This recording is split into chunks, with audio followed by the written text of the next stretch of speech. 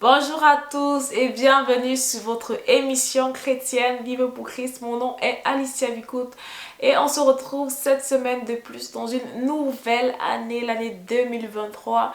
Je veux dire merci à Dieu pour ta vie parce que si tu regardes cette vidéo, c'est qu'il t'a encore gardé. Et justement aujourd'hui, on va parler de l'action de grâce pour cette année 2023, dire merci à Dieu. On va aussi pouvoir prendre un petit temps de rétrospection sur l'année 2022. Je vais vous donner un peu mon point de vue sur comment est-ce que je l'ai vécu et on va voir un peu c'est quoi la vision pour l'année 2023. Alors on se retrouve à tout de suite.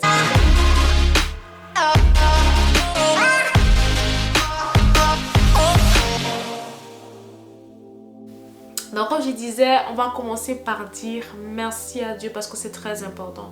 Si tu regardes cette vidéo, il t'a gardé, il t'a tenu en vie. Je ne sais pas ce que 2022 a été pour toi. Peut-être ça a été challengeant, peut-être ça a été difficile, peut-être quelquefois tu as pleuré, peut-être même toute l'année tu as pleuré. Mais je veux que peu importe ce que tu es en train de ressentir en ce moment, que tu puisses dire Seigneur, merci. Parce que je crois que si tu es encore en vie, ça veut dire qu'il y a un objectif précis que le Seigneur veut accomplir avec ta vie. Ça veut dire qu'il y a quelque chose encore qu'il s'apprête à faire au travers de ta vie. Merci pour la santé pour ceux qui sont en santé. Merci même parfois lorsque tu n'es pas en santé parce que l'action de grâce a la capacité de pouvoir amener la manifestation de la grâce de Dieu dans ta vie. Donc parfois même lorsque tu dis merci, lorsque tu es encore dans une situation difficile, tu es également en train de faire quelque chose qui assurément te fera du bien. Pas seulement à Dieu, mais à toi également. Dire merci pour ta famille, pour ceux que dans la famille est encore en santé avec vous. Prenez le temps de dire merci. Ces choses ne sont pas acquises. De respirer, de parler. Take time to say thank you, God. Prends le temps de dire Seigneur, merci. Et comme je dis, peu importe ce que tu traverses en ce moment, que ce soit une période difficile pour toi, dis tout de même merci. Parce que quand tu dis merci à Dieu lorsque tu traverses des moments difficiles, tu es en train de lui dire Seigneur, je te fais confiance. Seigneur, même si je ne comprends pas, je crois que tu es encore capable d'agir. Je crois que tu es souverain et que tu es celui qui a ma paix, celui qui a ma joie, celui qui est capable encore de me sortir de n'importe quelle situation. Thank you Lord. Moi personnellement je veux dire merci à Dieu pour ma famille, pour mes études, parce qu'il m'a gardé ici au Canada, parce qu'il m'a donné tellement de choses, you know. Parfois en fait, lorsque des choses ne marchent pas, enfin comme on veut, j'ai envie de dire, dans notre vie, on oublie très souvent toutes les belles choses, toutes les merveilleuses choses que Dieu a déjà fait. Donc prends toutes les belles choses que tu sais que Dieu a fait dans ta vie, toutes ces choses pour lesquelles tu es consciente que Dieu avait agi et que s'il n'avait pas mis sa main, tu ne serais pas où tu es en ce moment. Et dis tout simplement merci.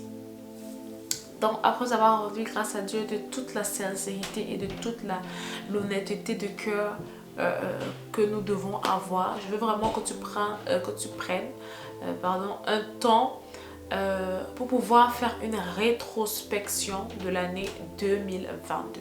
Et je disais que je vais faire un peu avec vous ma part de rétrospection en restant vraiment dans les grandes lignes là. Mais 2022 pour moi a été un mélange de beaucoup de choses, you know. Parfois lorsque on se dit bonne année, on s'entend dans la tête que bonne année, ce sont les bonnes choses. Bonne année, ce ne sont pas les choses qui nous font pleurer. Bonne année, ce ne sont pas les choses qui viennent nous chercher, comme on dit souvent. Bonne année, ce sont les choses, I'm gonna smile every day, every time. Mais ce n'est pas toujours le cas. Et 2022, je peux le dire, ça a été une bonne année. Mais pas une bonne année parce que j'ai souri tout le temps. Pas une bonne année parce que je n'ai pas pleuré. Pas une bonne année parce que tout allait comme je voulais, tout allait dans mon sens. Non. Une bonne année, premièrement, parce que Dieu était avec moi dans cette année. Et je veux faire une petite parenthèse ici. Si tu n'as pas encore donné ta vie à Christ, you know, sometimes I'm speaking, you're just like, blah, blah, blah. Si tu n'as pas encore donné ta vie à Christ, take time to invite him. Prends le temps de l'inviter dans ta vie afin que tu puisses vraiment devenir enfant de Dieu, parce qu'on ne naît pas enfant de Dieu, on devient enfant de Dieu. Donc une bonne année premièrement parce que Dieu était dans ma vie, il est dans ma vie, ok, au présent. Une bonne année aussi parce que le Seigneur n'a pas fait les choses comme je le voulais, parce que s'il avait fait les choses comme je le voulais, il serait Nelly, il ne serait pas Dieu, mais il a fait les choses comme il voulait parce qu'il est Dieu. Il m'a tellement soutenue. En 2022, j'ai connu Dieu comme mon secours, ma forteresse, celui en qui je m'abrite, celui en qui je me cache. J'ai pleuré à ses pieds. J'ai pleuré des jours et des jours. I cried this last year. J'ai pleuré en 2022. J'ai crié à ses pieds lorsque ça n'allait pas. Parfois lorsque je vous dis bonjour, j'espère que vous allez bien, pour ma part, je vais bien par la grâce de Dieu. Pour ceux qui me regardent encore sur Instagram, c'est pas pour dire que j'ai pas de struggle. Mais je sais qu'en lui, il y a ma paix. So, lorsque je me sens pas bien, lorsque je me sens triste, lorsque je me sens overwhelmed by anything, I just come into his presence. Je viens juste dans sa présence et je sais en fait que je vais me sentir rafraîchie. Je sais qu'il va me donner la paix, la joie. Il y avait des moments où je rentrais dans la présence de Dieu en train de pleurer. Je sortais en train de rigoler, en train de sauter. Bon, le sujet ici, c'est pas de savoir pourquoi est-ce que je pleurais. Je crois que le temps va venir justement où je vais prendre...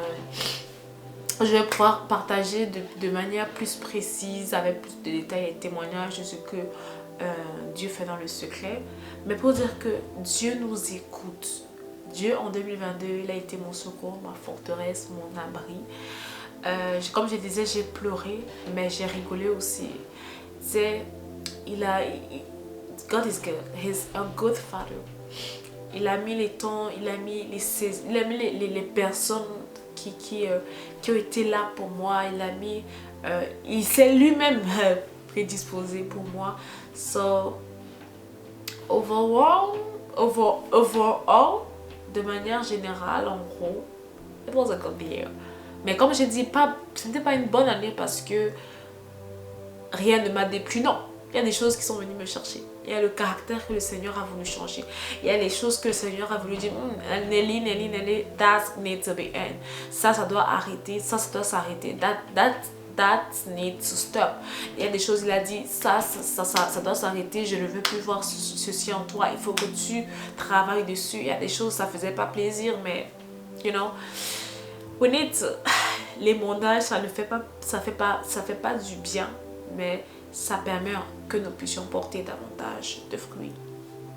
2022, le Seigneur m'a appris davantage d'être responsable de son œuvre, responsable des choses qu'il met en moi, qu'il a mis en moi. Il m'a appris à me découvrir aussi davantage qui est-ce que je suis en lui, mais qui aussi est-ce que je suis en tant que personne à part entière. Ça veut dire que en tant que femme, en tant qu'être humain, en tant que fille de Dieu, c'était un peu ça 2022.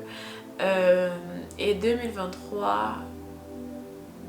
Non, avant d'aller à 2023, ce que je voulais aussi dire, c'est que arrivé à la fin de 2022, je me suis assise, je me dis, il y a des choses que tu aurais pu faire mieux, il y a des choses que tu aurais pu faire avec plus de sagesse, il y a des choses que tu aurais pu faire avec beaucoup plus de maturité, il y a des choses que tu aurais pu faire sans les procrastiner pendant longtemps.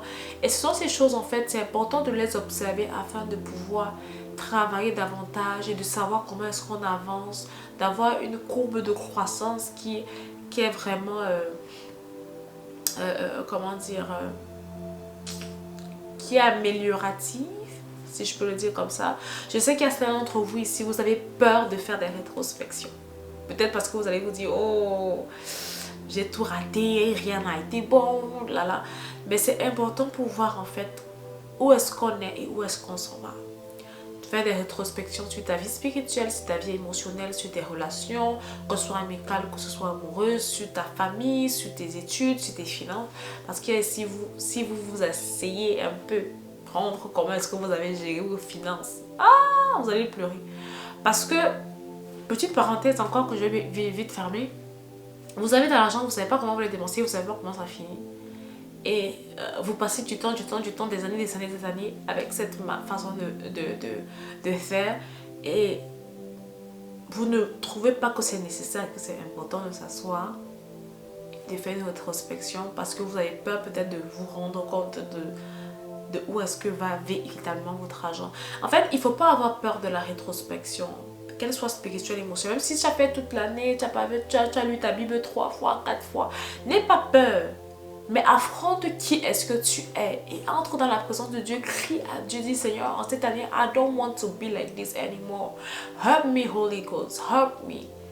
Donc, la rétrospection te permet de voir qui est-ce que tu es réellement et de voir comment est-ce que tu peux travailler sur ces défauts avec Dieu. Donc, prends le temps de faire la rétrospection. Prends le temps de travailler sur toi. Et puis aussi, comme aujourd'hui je partageais avec mes frères et mes soeurs en Christ, qui disaient encore que il faut aussi savoir qu'il y a des choses, ça se fait crescendo. Ça veut dire que lorsque tu finis de faire ta rétrospection, tu vois financièrement c'est catastrophique, émotionnellement c'est catastrophique, et relationnellement c'est catastrophique. Ne te dis pas en une journée je vais rebâtir tout. Non. Mais donne-toi des objectifs réalistes et réalisables. Ok? Si un de tes objectifs c'est diminuer par exemple l'argent que tu mets dans tel, dis-toi, ok, je vais commencer par réduire peut-être tel montant. Si c'est ne plus avoir des conversations inutiles, mets-toi des garde-fous. Donne-toi des objectifs en fait qui sont réalistes et pas qui sont tellement fous que finalement ça va te stresser. Et puis finalement à la fin de la journée, tu ne pourras pas les mettre sur place, les mettre sur pied. Et aussi, la rétrospection, comme j'ai dit, ça te permet de pouvoir d'écrire comment est-ce que je vais effectivement améliorer ces choses. Parce que la rétrospection, c'est pas juste pour se péler, pour se dire ah ça n'a pas marché, ah ça n'a pas marché. Non, la rétrospection, c'est pour te dire comment est-ce que je peux changer ces choses, quelles sont les stratégies, me connaissant comment je suis pour pouvoir améliorer ces domaines-là.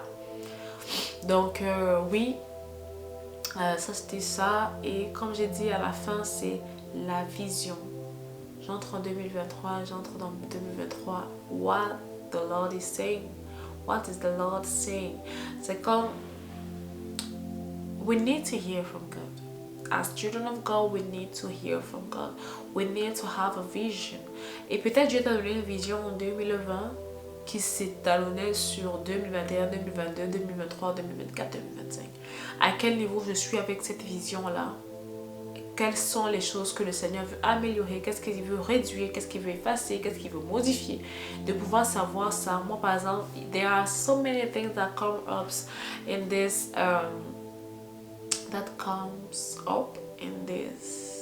comes up. Moi, je travaille mon anglais, so yeah, pardon. Oui, il y a beaucoup de choses qui s'en viennent cette année 2023 par la grâce de Dieu. We are saying it by faith. Il y a beaucoup de choses qui s'en viennent. Donc c'est quoi ta vision en 2022? Pas seulement dans ton business, parce que c'est qu'il y a des entrepreneurs, si vous m'écoutez, vous avez les visions dans vos business. Mais dans ta vie spirituelle, dans ta vie familiale, dans ta vie émotionnelle, c'est quoi? Chaque domaine a sa place et chaque domaine mérite de l'attention. Donc, ne négligez pas vos vies spirituelles, ne négligez pas vos amitiés, ne négligez pas, comme chaque domaine doit avoir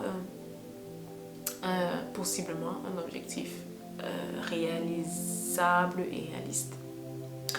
C'est un peu ça, mais il faut que tu comprennes que faire tout ce que j'ai dit, que ce soit rendre grâce à Dieu, que ce soit faire une rétrospection, que ce soit la vision de l'année 2023, c'est avec le Seigneur. Dis, Saint-Esprit de Dieu, parle à mon cœur. Qu'est-ce que sont les choses? Comme David pouvait dire, Seigneur, sonde mon cœur et mes reins. Quelles sont les choses que tu veux que j'améliore? Quelles sont les choses que tu veux vraiment changer encore en moi? Quelles sont les choses que tu veux améliorer? Qu'est-ce que tu dis? Où est-ce que je m'en vais? Qu'est-ce que je fais? You know?